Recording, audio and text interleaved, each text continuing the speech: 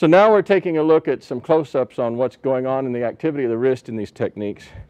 In the first technique, we have this rising action coming up on the inside of both wrists. And as that's happening, you can establish some interior control here, but we don't have any grip in this initial condition. It can just kind of roll into his face or roll into the points of his shoulders or wherever his hands bring them. Perfectly fine. If he keeps them completely rigid and pop up, then you'll get something like this very often. But this interior control is very nice. The edge of the hand, the edge of the little finger is coming to the inside of his wrist. We see this in Yankata right here, this little activity. In the second case, we had the thumbs making the dominant control.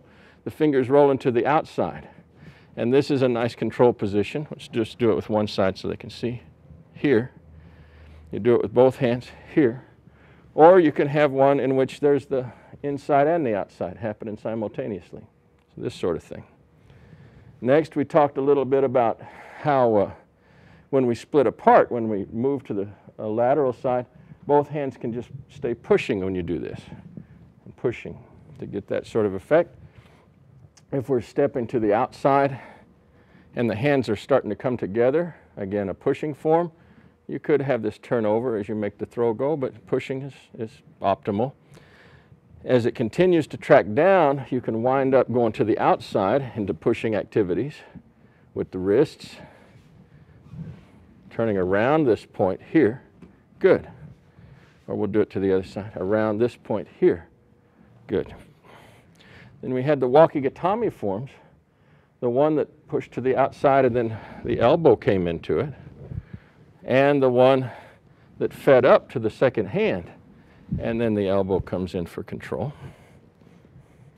We talked a lot about the curling activities, and as you curl, you get an opportunity to connect with the wrists in a particular sort of way. Curling, control, control. Good. Curling. This is controlling from pushing forms, but you can also curl and wind up in turning under forms. How we would wind up in a shionagi, for instance. So whether you wind up on top of his wrist or on the outside of his hand, either way, you have nice connections here. So just doing a little close-up work to see what's going on in this, this hip control that we're doing, and we're taking a little side step action with a push. The bottom hand, the one collapsing closer, is coming down and touching right here on the interior of his knee, right here. Very light. You could have a little curl here with it, or you can just have a push with it. Either way, works very nicely. The top hand is just letting it ride up over your head as this one controls right in the inside of that knee. Good, thank you. And the other hip control is to raise up with one, fingers out, interior control with the bottom hand before we would roll in. Watch that again. Bringing it up with the fingers on the inside. Then we had the final element, turning and making capture, turning and making capture. So we reverse the situation. Now we're holding his two wrists. It's just that we happen to have established a different sort of wrist control because we're grasping over the pads of these thumbs right here and here. This makes it very easy to do a variety of activities to the man. Makes it very difficult for him to control his arms.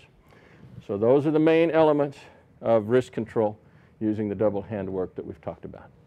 Thank you.